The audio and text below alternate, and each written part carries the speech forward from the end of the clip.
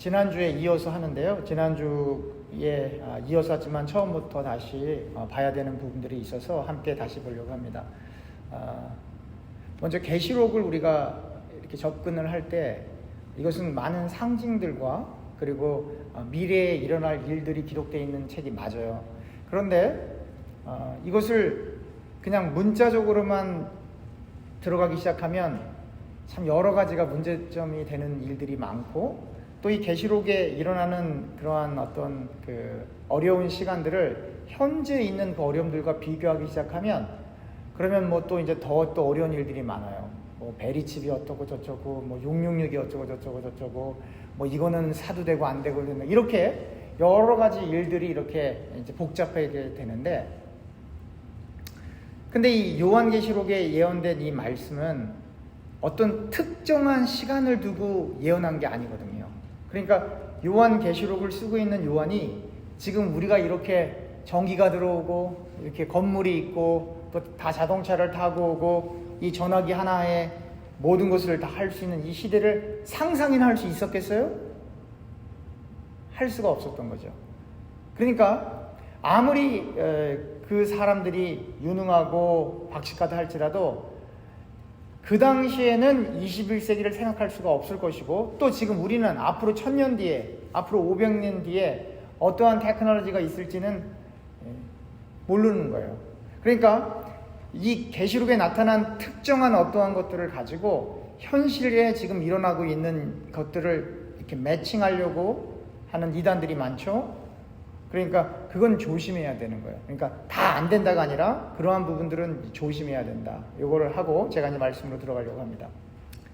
예수 그리스도 안에 있는 진리를 바로 깨닫는 교회는 승리한다요. 그러니까 예수 그리스도의 진리를 바로 깨달은 교회. 그러니까 교회가 깨닫는 거니까, 교회라고 하는 건물이나 교회라고 하는 교단이 깨닫는 게 아니라 교회가 깨달으면 반드시 승리한다고 했으니까 그 교회는 사람인 거죠.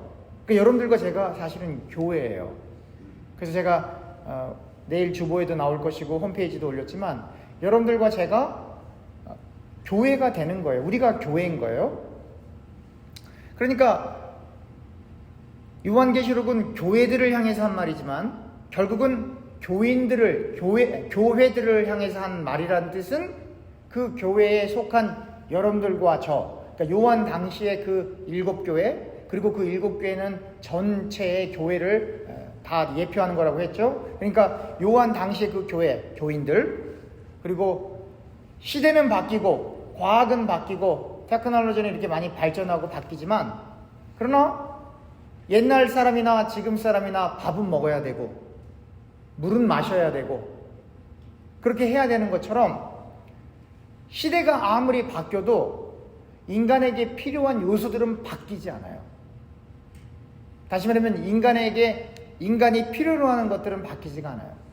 화폐는 바뀔 수가 있어요. 그러나 화폐를 주고 이렇게 통용할 때에 그 자료들은 바뀌지 않는단 말이죠. 그와 마찬가지로 요한 당시나 오늘날이나 하나님 앞에 예배드리는 형식, 형태, 장소, 그런 모형들은 많이 바뀔 수 있을지는 모르겠지만, 그러나 동일하게 요한 시대나 오늘날이나 똑같이 예수 그리스도의 진리를 깨달으면 교회가 반드시 승리한다예요. 이 말은 예수 그리스도의 진리의 복음을 깨닫지 못하는 교회들이 훨씬 더 많다라고 하는 걸 반증하는 거예요. 교회의 능력이 아니라, 다시 말하면 우리 인간의 능력이 아니라 그리스도께서 자신의 교회예요. 그러니까 교회의 머리 되신 분이 예수님이다라고 하는 건 여러분들과 저의 주인 되신 분이 바로 예수님이시다라고 하는 거예요. 그러면 그 예수님이신 하나님이 여러분들과 제 앞길을 다 알고 계세요. 우리는 앞을 내다볼 수 없고 앞으로 어떤 일이 일어날지 우리는 추측하거나 예측할 수 있을지 모르지만 장담할 수는 없잖아요. 그러나 주님께서는 이미 그것을 다 알고 계시기 때문에 끝까지 남는 자로 있을 사람이 누군지를 하나님이 알고 계시는 거예요. 그러니까 끝까지 변하지 않고 주님의 이끌림을 받는 사람이 누구인지 우리는 모르지만 주님은 알고 계신 거고, 그 남은 자들을 통해 하나님께서 선택한 사람들을 통해 하나님께서 하나님의 일을 하게 되고, 그것을 깨달은 사람들은 그렇게 쓰임 받을 때 본인들이 하고 있지 않다라고 하는 걸 너무나 잘 알기 때문에 그 사람들의 이름이나 그 사람들의 어떤 업적은 점점 뒤로 가고 예수님의 이름, 하나님의 이름만 남는, 그래서 교회들마다 약함이 있고 연약함이 있지만 그러나 그 연약함과 약함을 일으켜 주시는 분이 하나님이시기 때문에 예수님께서는 지속해서 교회들을 향해, 우리들을 향해 회개를 촉구하면서 우리의 연약함을 위로하시고 그리고 어려움을 이겨낼 것을 격려하고 또한 위로하신다라고 하는 거예요. 그러면 여기서 또 우리가 생각을 해봐야 되는데, 예수님이 우리의 앞길을 다 알고 계시고 우리를 다 이끌고 가시는데 우리를 격려하고 위로한다라고 하는 이야기는 하나님에 의해 속한 사람들, 하나님에 의해 선택된 사람들의 삶이 어떨 것이다라고 하는 걸 예측하는 거예요. 어렵다, 고난 가운데 있다, 힘든 가운데 있다라고 하는 걸 예측하게 되는 거예요. 그러니까 여러분들과 제가 인생을 살다가 주님 때문에 고난과 역경을 받지 않으면 그러면 우리는 하나님 나라에 가서 위로를 받을 수 없어요. 그러나 그 나라는 다시는 눈물이 없다라는 표현이 있어요. 그러니까 다시는 눈물이 없고 주님께서 우리의 눈물을 닦아주신다라고 하는 것은 그 나라에 갈 수 있는 대상은 반드시 이 땅에서 눈물 바다를 이루어야 된다 이 말이에요. 누구 때문에? 예수님 때문에. 그러니까 결국은 예수님을 믿는다라고 하는 건 넓은 길로 안 가고 좁은 길로 가는 거예요. 그러니까 예수님을, 그러니까 우리가 처음에 이 성경을 모르고 예수님을 믿을 때는 또 다른 이유들이 있겠죠. 그러나 우리가 성경을 알고 예수님을 믿는다라고 하는 건 넓은 길 대신 좁은 길로 들어가는 거거든요. 그 말은 주님을 위해서 어려운 길로 자초해서 들어가는 거예요. 그런데 성도들은 교회 와서 뭐라고 기도합니까? 하나님, 이 어려움 해결해 주세요. 근데 성경은 뭐라고 얘기하냐면 넓은 길로 가면 안 되고 좁은 길로 가야 돼 라고 해요. 그 얘기는 어려운 길 가는 게 맞는 거야 라고 얘기는 하지만, 그러나 성도들은 교회에 와서 늘 자신의 소원과 자신의 어려움을 해결해 달라고 기도해요. 어쩔 수가 없어요. 그게 인간이다 보니까 그것까지도 못하게 할 수는 없지만, 그러나 인간이 그렇게 기도한다고 해서 하나님께서 하나님의 뜻을 바꾸실까요? 바꾸지 않으세요. 만약에 바꾸시면 그분이 하나님이 아니시죠. 여러분들과 저는 결심하고 결단해도 바꿀 수 있지만 하나님은 한번 결정하시면 바꾸지 않으세요. 그래서 말씀을 알아가면 알아갈수록 기도하지 말라는 게 아니에요. 여러분들이 기도하는 건 자유예요. 그러나 말씀을 알아가면 알아갈수록 기도하는 내용들이 바뀌어요. 예수님께서 기도하셨던 것처럼 내 뜻대로 마옵시고 아버지 뜻대로 해주세요. 이렇게. 그러니까 왜냐하면 내 뜻을 이루어 달라고 기도해도 그 내 뜻이 하나님 뜻과 부합되지 않으면 그 기도는 안 이루어져요. 다시 말하면 하나님의 말씀에 우리를 맞추어 가는 것이지, 우리가 인생을 살아가는데 하나님을 어떤 우리의 도움의 대상으로 이용하는 게 아니에요, 여러분. 그러니까 내가 이러한 계획을 갖고 있는데 이걸 해야 되겠는데 혼자는 안 되니까 하나님 나 좀 도와주세요라고 하나님의 힘을 받아서 그것을 해결하는 게 신앙 아니에요, 여러분. 기독교 신앙이 아니라고요. 기독교 신앙은 뭐예요? 내가 가고자 하는 그 길을 접는 거라니까요. 내가 계획하고 있는 이 계획도 접는 거라니까요. 그리고 방향을 바꿔서 하나님의 계획에 우리 자신을 거기에 맞춰가는 거예요. 하나님의 뜻을 끌어다가 내 소원을 이루기 위해서 하나님의 도움을 받는 게 아니고, 내 뜻과 내 계획 자체를 이미 다 내려놓고 하나님께, 하나님의 뜻, 하나님의 계획에 우리 자신을 맞춰가는 거예요. 그렇게 살았던 사람들 이야기가 누구 이야기예요? 광야에서 살던 이스라엘 백성들 이야기예요. 이집트에서 노예살이 할 때는 자기들이 고기 구워 먹고 싶으면 고기 구워 먹고, 밥 먹고 싶으면 밥 먹고, 놀고 싶으면 놀고, 가고 싶으면 갔죠. 노예였지만 그 정도 자유는 있었거든요, 이집트에. 근데 홍해바다를 건너갔더니 한 치 앞도 못 가요. 그러니까 어디로 가야 될지 모르기 때문에 이스라엘 백성들을 하나님이 이끄셨지만 불기둥과 기름기둥이 없으면 갈 바를 모른다 이 말이에요. 그 당시에 전기가 많이 들어왔겠어요? 뭐가 들어왔겠어요? 그러니까 하나님께서 그냥 놔두면 다 죽을 것 같으니까 그들을 낮에는 구름기둥과 밤에는 불기둥으로 인도하시는 거예요. 그 얘기는 광야에 있던 이스라엘 백성들이 그들 스스로는 한 발자국도 갈 수 없는 상황인 거예요. 그래서 오늘 아침에 나눴던 것처럼 배가 고프니까 하나님 앞에 원망하잖아요. 그러니까 먹고 싶은 것도 마음대로 못 먹어요. 가고 싶은 대로 마음대로 갈 수도 없어요. 그러니까 이스라엘 백성들은 그 상황에서 부르짖을 수 있는 대상이 딱 누구만 남는 거예요? 하나님인 거죠. 이걸 신앙이라고 하는 거예요. 그러니까 그 광야에서는 이스라엘 사람들이 뭘 계획하거나 뭘 스스로 가거나 먹는 것조차도, 마시는 물조차도 자기들이 스스로 해결할 수 있는 게 아무것도 없어요. 그러니까 오직 그야말로 하나님만 바라봐야 되는 거예요. 그 광야가 어디입니까? 여기입니다. 여기가 그 광야예요. 우리는 우리 스스로 우리가 원하는 것을 가고 우리가 먹고 싶은 걸 먹을 수 있다라고 생각을 하지만, 여러분, 우리가 서 있는 곳이 광야이기 때문에 우리에게 주어진 자유가 있는 것처럼 보이지만 여러분들과 제가 살 길은 하나님만 의존해야 되는 거예요. 근데 그 하나님만 의존하는 게 쉬워요, 어려워요? 네. 우리가 못한다는 것도 알지만 우리 마음대로 하고 싶은 게 인간이잖아요. 하나님의 뜻에 우리를 맞추고 싶지만, 그러니까 잘 보세요. 아침마다 하나님께서 만나를 주세요.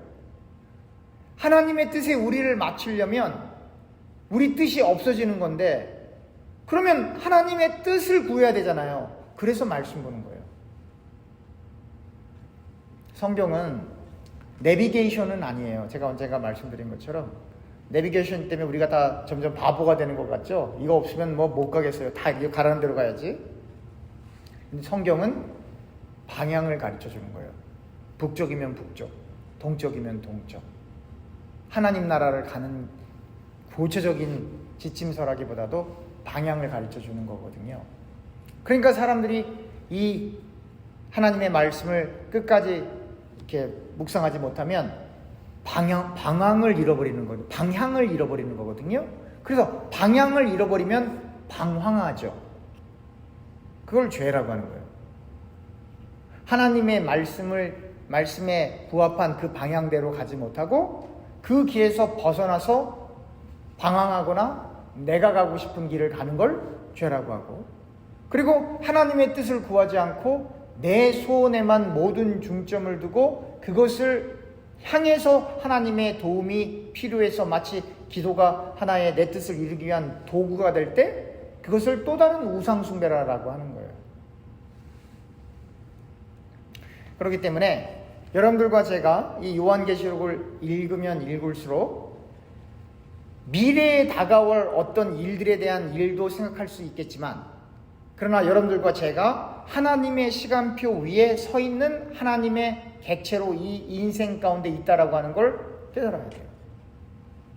그래서 여러분들과 제가 마치 이스라엘 백성들이 광야에서 하나님만 바라봤던 것처럼, 그러나 우리가 광야에 있던 이스라엘 사람들이 원망했던 것처럼 원망해서는 안 되죠.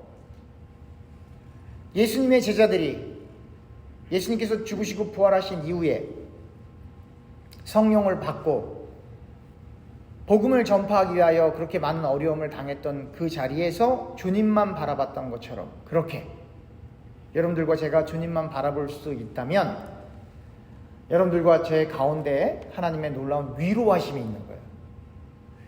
우리가 이것을 했기 때문에 하나님께서 우리를 복 주신다, 이렇지 않으세요.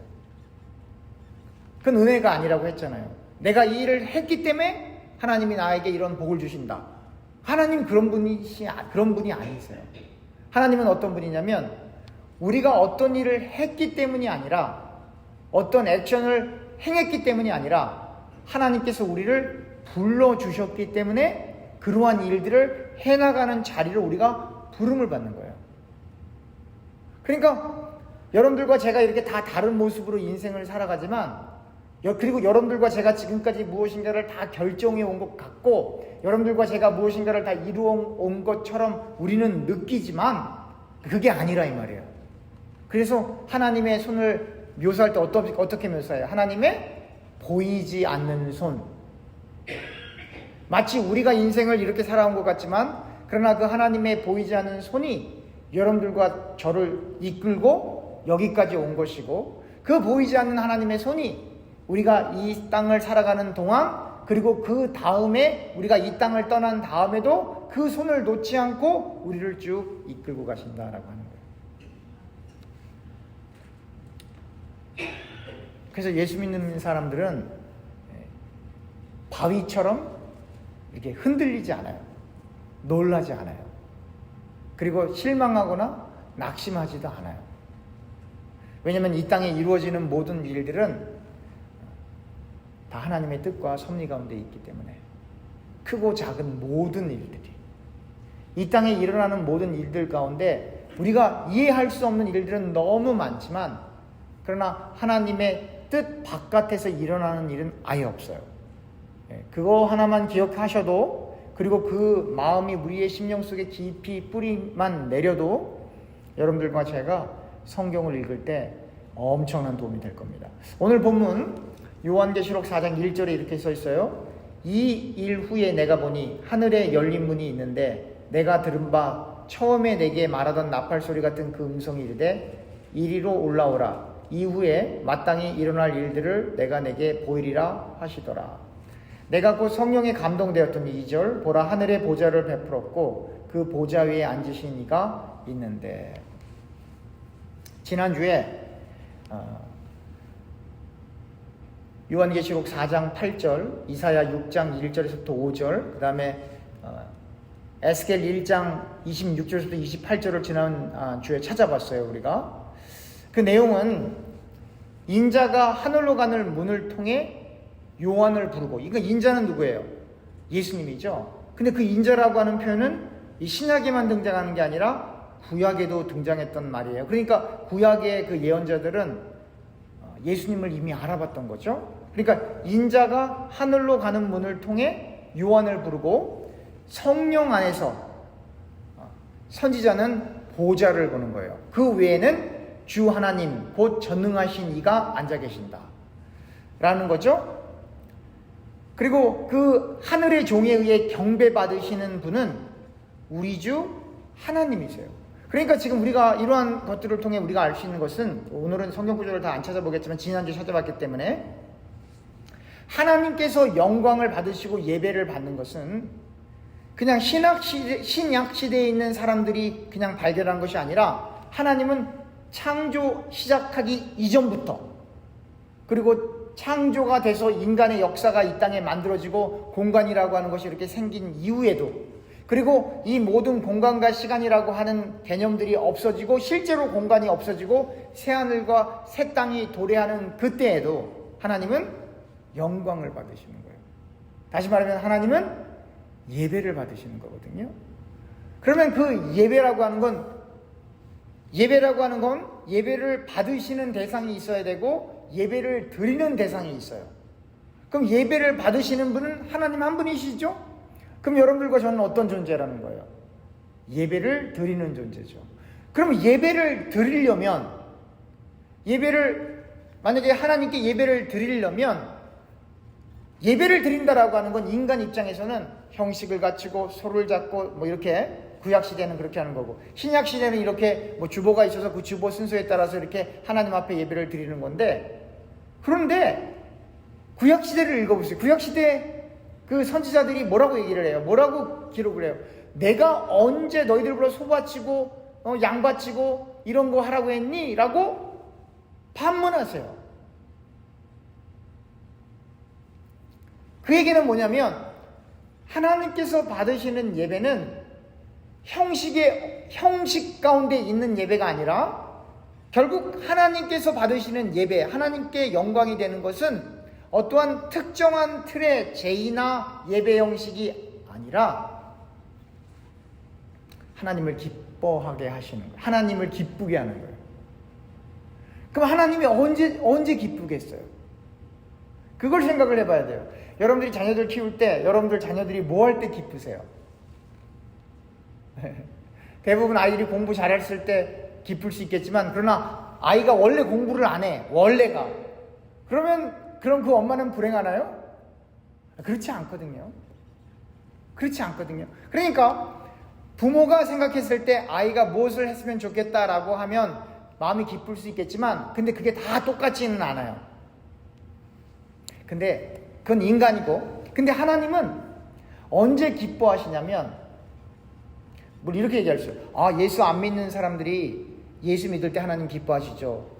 하나님께서 벌떡 일어나신다고 하니까. 그런데 또다시 한번 생각을 해보세요. 이 땅에 구원받기로 작정된 사람들 가운데 단 한 명이라도 하나님께서 다 이제 구원하기로 결정을 이미 다 해놓으셨는데, 그 사람들 가운데 한 명이라도 실수로 하나님 나라에 못 가는 사람이 있을까요? 없을까요?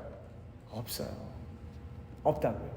그러니까 하나님이 정해 놓으셨으면 반드시 그 사람, 그 영혼은 하나님 나라에 가요. 그럼 하나님이 언제 기뻐하시겠어요? 그 하나님의 절대 주권을 깨닫는 사람들이 늘어날 때 기뻐하는 거예요. 근데 그것을 깨닫는 사람들도 누가 깨달을지 하나님께서 알겠어요? 모르겠어요? 알죠. 그러면 이건 무엇을 얘기하는 거냐면, 인간이 하나님 앞에 무엇을 아뢰는 게 물론 중요하지만, 그러나 이미 예수님께서 말씀하시잖아요. 이미 너희가 뭘 필요한지 하나님은 다 알고 계셔. 그러니 하나님이 너희가 필요한 거 모든 것 다 알고 있으니까 그의 나라와 그의 의를 먼저 구해, 이렇게 얘기한단 말이에요. 근데 그의 나라와 그의 의는 하나님이 반드시 이루신다고요. 인간의 동의와 상관없이. 근데 예수님께서 인간에게 하시는 말씀은 그의 나라와 그의 의를 먼저 구하라라고 하는 거예요. 이게 무슨 말이에요? 안 구해도 그 뜻은 이루어질 것인데. 이야기는 자기 부인하라는 얘기예요. 왜 그러냐? 하나님의 의와 하나님의 뜻을 구하려면 우리의 생각이 있어서는 안 돼요. 인간의 생각이 거기에 있으면 하나님의 뜻을 구할 수가 없어요. 왜냐하면 내 것을 먼저 생각하기 때문에. 그러니까 먼저 그의 나라와 그의 의를 구하라라고 하는 건 단순히 우선순위를 이야기하는 것이 아니라 내 뜻을 완전히 접고 하나님 뜻에 부합한 사람이 돼야 된다라고 하는 거예요. 그걸 그럼 뭐라 그래요? 예배라고 하는 거예요. 예배. 그게 성경을 통해서 사람들이 잘 깨닫지 못하니까 이제 실질적인 예를 이렇게 들어주잖아요. 예물을 들고 하나님 앞에 예배하러 왔다가도 형제하고 다툰 일이 있으면 돌아가서 화해하라. 이거는 형제와 무조건 화해해라가 중점이 아니고, 그 말은 뭐냐면 형식으로, 모양으로 하나님 앞에 예배로 하러 온 그 모양이 중요한 게 아니라 하나님의 뜻을 구하고 그 하나님의 뜻 가운데 인생을 살아가는 것을 인식하고 자각하는, 그게 뭐라는 거예요? 예배라고 하는 거예요. 그러니까 복음을 깨닫는다라고 하는 게 뭐예요? 나를 위해 죽으시고 부활하신 그 예수님을 내가 믿는다라고 하는 건 뭐예요? 그 믿음은 우리가 사도 바울을 통해 또 여러 베드로가 쓴 서신을 통해 우리가 살펴보았듯이, 예수를 믿고 세례를 받는다라고 하는 건 예수님과 합하여 우리의 옛사람이 죽음을 당하고 예수님이 부활하신 것처럼 우리도 다시 새 생명을 얻는 거라고 우리가 같이 성경 구절을 다 찾아봤잖아요, 지난주까지. 그러니까 예수와 함께 우리의 옛사람이 함께 죽고 그리고 새로운 생명으로 거듭 태어나서 인생을 살아가야 되는데, 옛사람으로 살 때는 나의 생각, 나의 계획, 나의 필요가 거기 꽉 찼지만, 그러나 예수와 함께 죽고 새 사람으로 살 때는 날마다 양식을 먹어야 돼요. 날마다. 어떤 양식? 하늘의 양식. 그래서 오늘 아침에 나누었던 것처럼 그 만나가 육신의 떡이지만, 그러나 정말 예수님께서 말씀하셨던 것처럼 한 번 마시면 영원히 목마르지 않는 물, 그 생명의 양식을 공급을 받아야 되는데 어떻게 공급을 받아요? 예수님의 살과 피로. 그렇게 우리가 공급을 받는 거잖아요. 그래서 영원히 목마르지 않고 영원히 배고프지 않고, 그건 우리가 육을 입고 있을 때 그 육신의 목마름이나 배고픔을 이야기하는 것이 아니라 그 예수님의 살과 피를 나누는 사람들이 가게 될 그 새하늘과 새 땅에 목마름이나 배고픔이 존재하지 않는 하나님의 말씀으로 채워지고 하나님의 말씀에 의해 위로를 받고 평안을 누리는 그곳에 우리가 이르게 된다라고 하는 거예요. 거기 가고 싶으세요?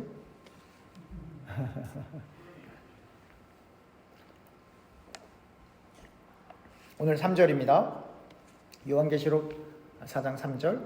앉으신 이의 모양이 벽옥과 홍보석 같고 또 그 무지개가 있어 보좌에 둘렸는데 그 모양이 녹보석 같더라. 제가 지난주에 이것도 설명해 드렸죠. 벽옥, 홍옥수, 무지개, 녹보석 이런 거 다 에메랄드라고 제가 설명해 드렸죠. 그러면서 지난주에 우리가 요한계시록 21장 18절 찾아봤었죠. 요한계시록 21장 18절 읽어보면 그 성곽은 벽옥으로 쌓였고 그 성은 정금인데 맑은 유리 같더라.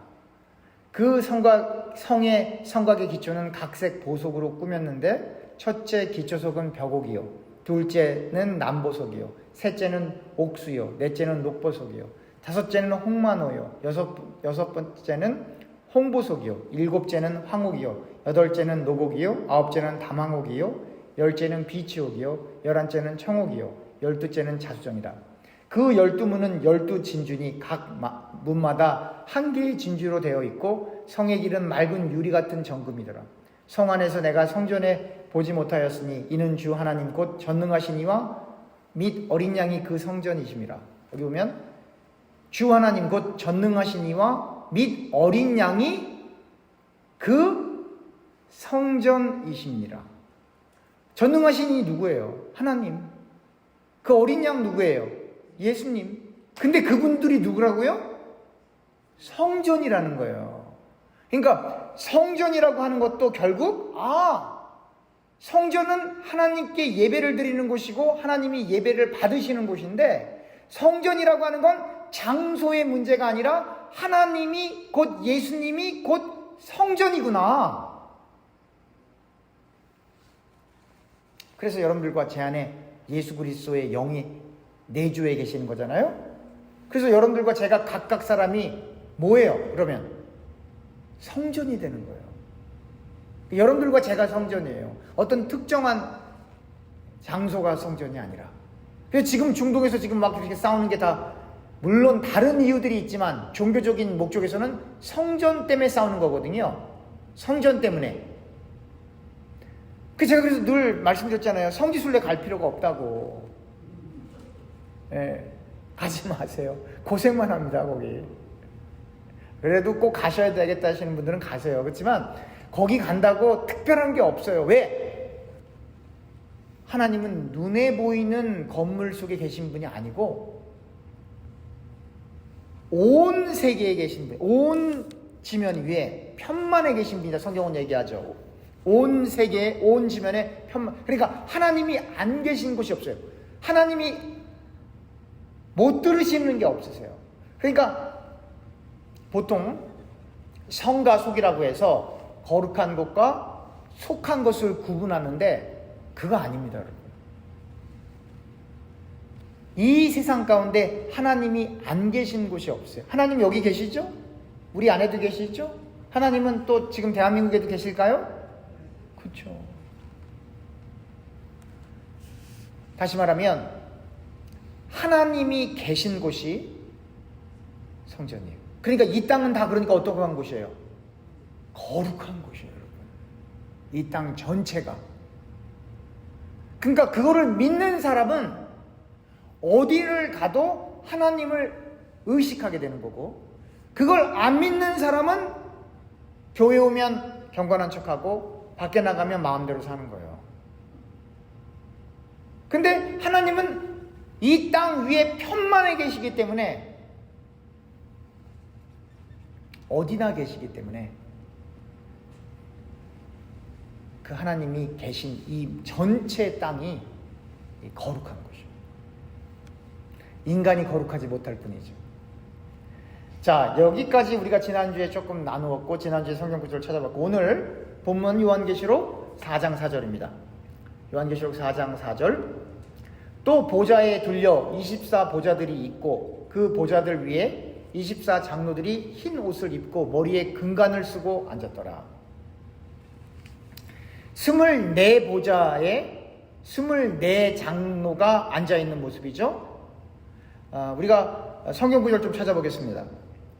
역대상 24장 7절에서부터 19절입니다. 역대상 24장 7절에서부터 19절.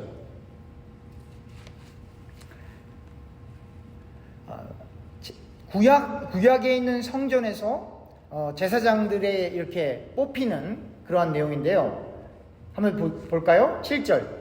첫째로 제비 뽑힌 자는 여호야립이요, 둘째는 야다야요, 셋째는 하림이요, 넷째는 수오림이요, 다섯째는 말기야요, 여섯째는 미야만이요, 일곱째는 하코스요, 여덟째는 아비야요, 아홉째는 예수와요, 열째는 스가나요, 열한째는 엘리야십이요, 열두째는 야김이요, 열셋째는 훗바요, 열넷째는 예세부압이요, 열다섯째는 빌가요, 열여섯째는 임멜이요, 열일곱째는 헤실이요, 열여덟째는 핫비셋이요, 열아홉째는 부다히아요, 스무째는 여헤스겔이요, 스물한째는 야긴이요, 스물두째는 가물이요, 스물셋째는 들라야요, 스물넷째는 마아시아라.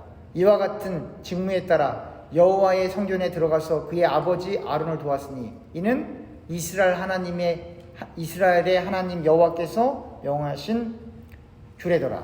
몇 명이에요? 24명. 24명.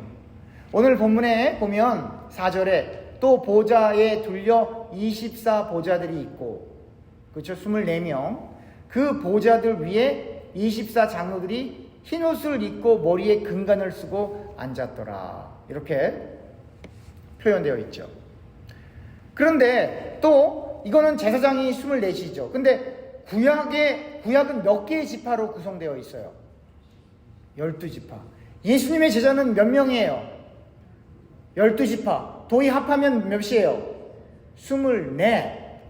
그러니까 이거는 뭘 얘기하는 거냐면 24 보좌들이 있고 그 보좌들 위에 24 장로들이 흰옷을 입고 라고 이러한 표현들은 24가 중요한 게 아니라 하나님께서 선택한 모든 사람들을 가리키고 있는 거예요.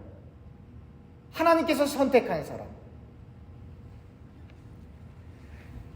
보좌에 둘려 24 보좌들이, 그 보좌들 위에 24 장로들이 흰옷을 입고 머리에 금관을 쓰고 앉았더라. 우리가 면류관 받는다 그러죠? 하나님 나라에 가면.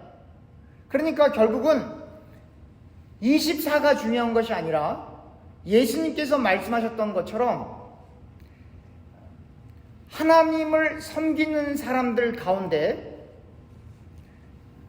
열보를 다스리는 사람들, 그런 말씀하시잖아요, 예수님께서.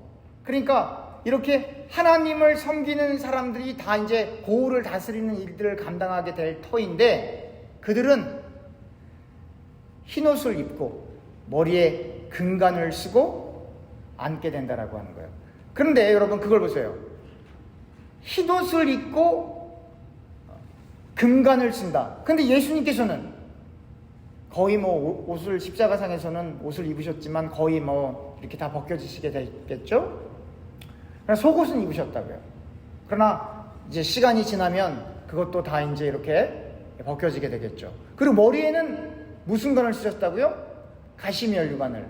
그러니까 그 가시면류관을 쓰고 그렇게 십자가를 지시고 그렇게 어려움을 당하셨지만 그로 인하여 하나님을 믿는 사람들은 하나님 나라에 갔을 때 흰 옷을 입고 혹은 세마포 옷을 입고 혹은 다른 말로 예수로 옷 입고 머리에 가시면류관 대신 뭘 쓰는 거예요? 금관을 쓰는 거예요. 금관을.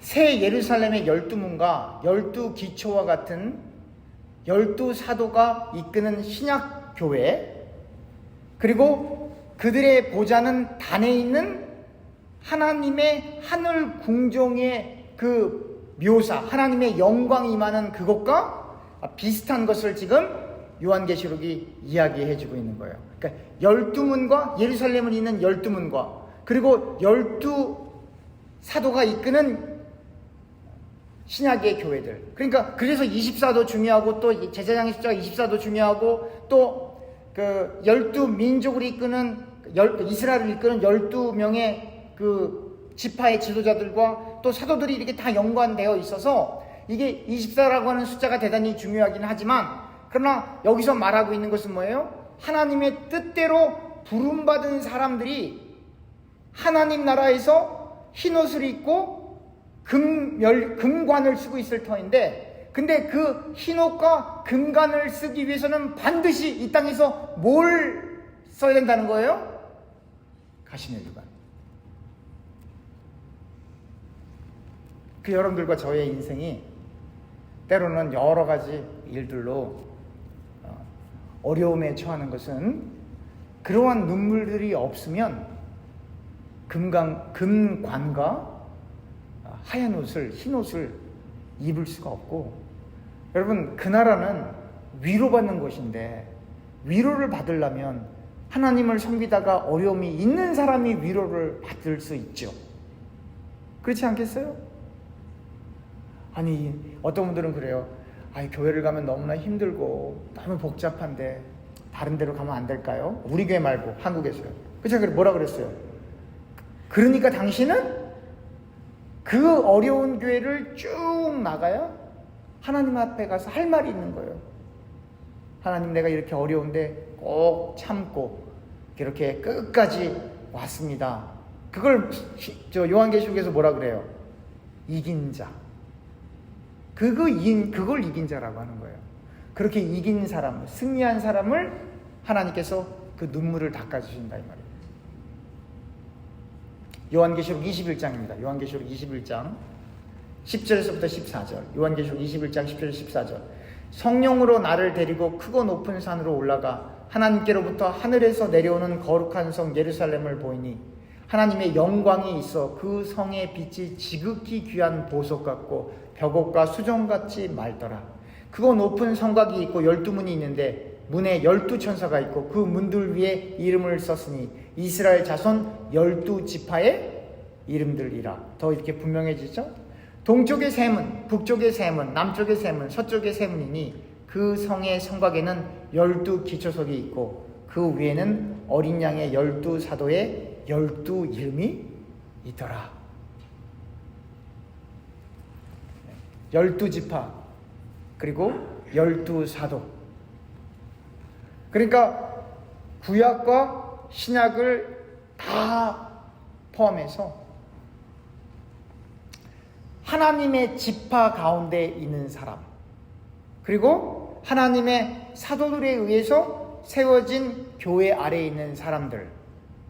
다시 말하면 구약부터 신약에 이르기까지 하나님에 의해 남겨진 사람들 이야기를 하는 거예요.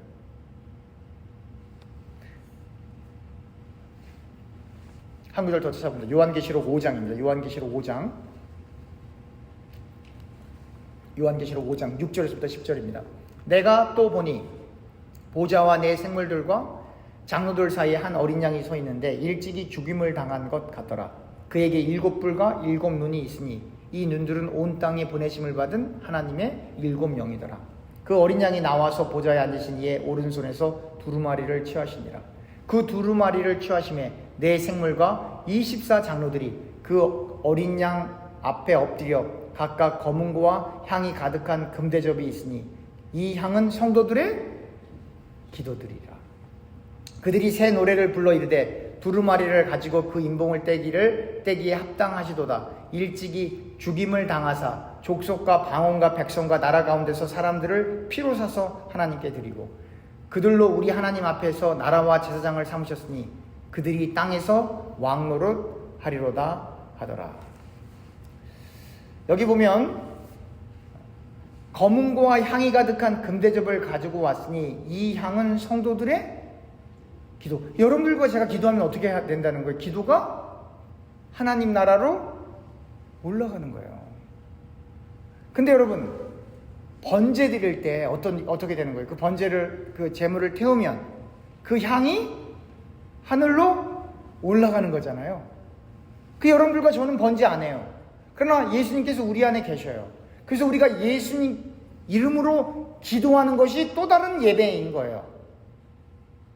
그것이 예배이기 때문에 그 기도가 향으로, 그 검은고와 향이 가득한 금대접을 가져갔으니 그 금대접의 향으로 가득 찬 그 향으로 하나님 나라에 올라가는 거거든요. 그러니까 결국은 여러분 잘 생각해 보세요. 번제는 우리의 죄를, 그러니까 인간의 죄를 그 동물에게 전가시켜서 그 동물을 태워서 그 향이 하늘로 올라가는 거거든요. 그러면 여러분들과 제가 기도를 해서 그 기도가 하늘로 올라가 그 금대접에 담긴다라고 하는 건 인간의 소원이 그 기도에는 없어야 된다 이 말이에요. 거기에 그 기도에 무엇이 들어가 있어야 돼요? 소와 양이 태워서 인간의 죄를 태워서, 인간 대신 인간의 죄를 태워서 그 향이 하늘로 올라가는 거거든요. 그러니까 결국은 뭐예요? 기도라고 하는 건 여러분들과 저의 죄를 사하신, 이미 다 십자가상에서 완수하신 그 예수님이 위로 올라가는 거예요. 향이 되어서. 그걸 뭐라 그래요? 그리스도의 향기. 여러분, 그리스도의 향기하면 다 착한 일하고 좋은 일하고 그걸로 생각하셨죠? 물론 우리가 그렇게 살아야죠. 당연히. 근데 결국은 뭐예요? 향기가 돼서 하늘로 올라가는 그 그리스도의 향기 가운데에는 인간의 뜻이 들어가면 안 된단 말이에요. 인간의 뜻이 안 들어가고 하나님의 뜻만이 있어야 된다 이 말이에요. 그 하나님의 뜻이 무엇인데요? 인간들을 용서하고 하나님께서 선택한 사람들을 하나님의 자녀로 만들어 새하늘과 새 땅으로 무사히 데리고 가는 거잖아요. 그 하나님의 뜻이 뭐예요? 홍해바다를 갈라 이스라엘 백성들을 광야에서 가나안 땅으로 인도하는 거잖아요. 물론 1세대는 못 돌아가지만요. 그와 마찬가지로 하나님께서 우리를 부르셨다 이 말이에요. 우리를 불러서 하나님께서 우리에게 원하시는 건 뭐예요? 하나님 앞에 예배드리기 위함인데 그 예배를 드리기 위해서는 우리를 통해 그리스도의 향기가 나타나야 되는데 그리스도의 향기가 나타나기 위해서는 여러분들과 제가 삭제돼야 된다 이 말이에요. 없어져야 된다 이 말이에요. 여러분들과 제가 살아있으면, 남아있으면, 여러분들과 제가 부각되어 있으면 온전한 예배가 되어지지 않는다라고 하는 거예요. 그러니까 이게 사람들이 존재의 변화입니다. 존재의 변화라고 하는 게 뭐예요? 삶의 지향점과 동기와 목적이 바뀐 거예요. 내 것에서부터 하나님의 것으로, 내 뜻을 접고 하나님의 뜻으로, 내 계획을 접고 하나님의 계획으로.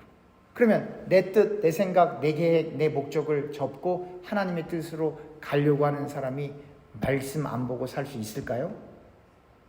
못 살죠. 말씀을 많이 알고 싶겠죠. 왜냐하면 광야에서 하나님께서 구름 기둥과 불 기둥을 보여주시지 않으면 한 발자국도 갈 수 없기 때문에, 그래서 정말로 부름받은 사람은 일용할 하늘의 양식을 날마다 먹을 수밖에 없어요. 왜 이렇게 시간이 빨리 가는지 모르겠어요. 벌써 5분 전이에요. 그래서 1시간을 넘기는 거는 조금 힘들지 않나 그런 생각이 들어서 오늘 한 말씀만 더 드리고 5절부터는 다음 주에 나가도록 하겠습니다. 여러분, 그러니까 여러분, 우리가 너무나 이건 중요하기 때문에 양식이 있어야, 그러니까 우리가 하나님의 말씀의 양식을 먹는다라고 하는 건 하나님의 뜻과 하나님의 의를 향해 우리가 가는 거잖아요. 근데 양식을 섭취하지 않고 우리가 살 수가 없어요, 여러분. 여러분이 밥 안 먹고 못 살잖아요. 근데 하나님께서 선택한 사람들은 하나님의 말씀을 안 먹고는 못 살아요. 그래서 성경은 뭐라고 얘기해요? 모든 사람은 이미 죽어 있다 이 말이에요. 다 죽어 있다 이 말이에요. 하나님의 말씀을 하나님의 말씀으로 받아들일 수 있는 사람만이 살아있는 사람이라는 거예요. 하나님께서 이 태초에 세상을 지으시고 이 땅에서 먼지를 가지고 사람을 만들어 놓았죠. 그리고 하나님께서 어떻게 해요? 그 코에 뭘 부어 넣으셨어요? 생기를 부어 넣으셨거든요. 그랬더니 어떻게 돼요? 그 사람이 생명이 됐다라고 하는 거예요. 그러니까 그 생기, 그 생명, 하나님의 호흡, 숨, 그게 뭐예요? 성령이거든요, 결국은. 근데 그게 빠져있는 사람들은 생명이 안 됐기 때문에 그냥 육만 갖고 있는 거예요. 동물처럼. 그래서 여러분들 그렇게 생각하실 거예요. 어떻게 하나님이 지옥을 만들어서 사람들을 거기에 빠뜨리실까? 왜냐면 그 사람들은 생명이 되지 않았기 때문에 그래요. 생명이 되지 않았기 때문에. 그러면 하나님의 호흡, 하나님의 영이 우리 가운데 들어와서 그 하나님의 영을 통해서 하나님의 말씀을 깨달은 그 사람에게 있어서 가장 중요한 게 뭐겠어요? 예수님인 거예요. 하나님인 거예요. 하나님의 말씀인 거예요. 여러분, 많은 분들이 그래요. 지금까지 하나님께서 나를 이만큼 이끌어 주셨기 때문에 하나님을 사랑합니다. 이건 사랑 아니에요. 왜냐면 하나님께서 그렇게 복을 주시니까 내가 잘 됐다? 라고 고백하는 건 하나님이 좋은 거예요? 그 복이 좋은 거예요? 그 복이 좋은 거예요, 여러분. 그러니까 결국은 뭐냐면, 그래서 성경에 등장했던 하나님의 선지자들이 그렇게 어려운 인생을 살았던 것은 그것을 통해서 보여주는 게 뭐예요? 하나님께서 뭘 이루어 주셨기 때문에 인간이 행복하는 그 상태가 되는 게 아니고, 우리에겐 우리의 현실이 중요하지만, 그러나 하나님께서는 우리가 이 현실을 넘어서 우리를 불러주시는 그 하나님을 붙들길 원하시는 거예요.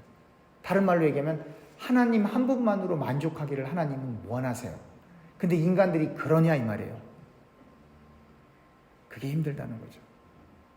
그러니까 하나님 한 분만으로 만족하는 사람들이 함께 예배를 드리면 어떤 일이 벌어지겠어요?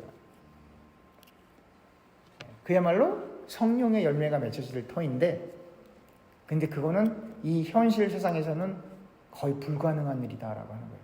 또 오늘 내일도 또 반복을 하고 오늘 아침에도 얘기하고 오늘 또 얘기하는데요. 구약 성경에서 고아와 과부와 나그네는 어려운 사람들을 이야기할 수도 있겠지만 진짜 고아가 누구예요? 하나님 아버지 없는 사람. 진짜 과부가 누구예요? 예수 신랑 없는 사람. 그렇지 않아요? 그리고 진짜 나그네가 누구예요? 교회가 안 된 사람. 하나님 아버지 없고 예수 신랑 없고 교회가 안 된 사람은 이 땅에서 아무리 훌륭하고 멋있게 살아도 저 유황불이, 저 지옥불이 기다리고 있다 이 말이에요. 그러니까 고아와 과부와 나그네를 돌보라라고 하는 건 어려운 사람도 당연히 우리가 도와주고 해야 되겠지만 그걸 넘어서서 예수를 우리가 증거해야 된다 이 말이에요. 여러분, 가난한 사람들에게 빵이 필요하지만 그 가난한 사람들이 예수 믿으면요 성실하게 인생 살아갑니다. 예수 믿으면 대충대충 인생을 살아갈 수가 없어요. 성실하게 살 수밖에 없어요. 주님이 보고 계시기 때문에, 사람 때문이 아니라. 그래서 그런 사람들하고 같이 일하면요 아주 일이 너무너무 잘 되죠. 그래서 사람 보고 일하는 사람들 만나면 골치 아프죠. 있을 땐 열심히 하고 없으면 안 하니까. 여러분, 결혼하면 안 외롭습니까? 안 외로우세요?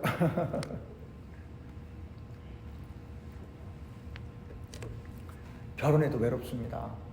예수 신랑 없는 사람은 다 외로워요. 다 허무한 거예요, 여러분. 네. 그래서 그 1000명을 둔 솔로몬이 뭐라고 고백을 하니까 인생은 헛되고 헛되다. 그럼 그거를 읽으면서도 현대 기독교인들은 뭐라고 얘기해요? 그래도 나도 한번 솔로몬처럼 살아보고 그렇게 얘기해봤으면 좋겠어. 이렇게 얘기하죠, 대부분. 성경은 분명히 헛되고 헛된 거예요. 헛되고 헛된 걸 쫓아가면 안 돼요. 그럴 시간이 우리에게는 없다니까요. 아무리 훌륭한 집에 살아도 교회가 안 된 사람은 홈리스예요. 홈리스라고요. 그 부자 나사로 이야기, 나사로처럼 가난하지만 예수의 신부가 되고 하나님 아버지를 두고 교회가 된 사람도 있을 수 있다는 얘기예요. 서문화교회 교인들처럼. 그렇죠?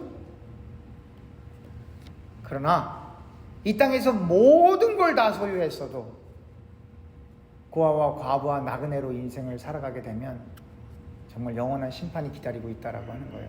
그러니까 여러분들과 제가 고아와 과부와 나그네를 돕겠다라고 하는 건 뭐 하겠다는 거예요? 예수님을 전하는 예수 그리스도의 군사가 되겠다는 거예요. 예수 그리스도의 군사에게 주어지는 딱 하나의 덕목이 있어요. 그게 뭐예요? 순종. 목사에게 순종한다가 아니에요. 여러분, 오해하시면 안 돼요. 누구에게?